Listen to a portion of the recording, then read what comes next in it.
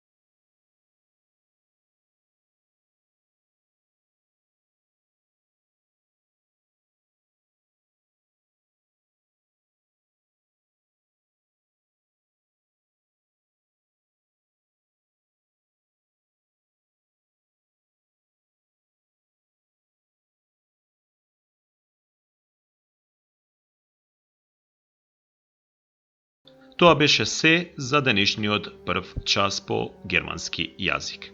Поздрав и имајте убав ден!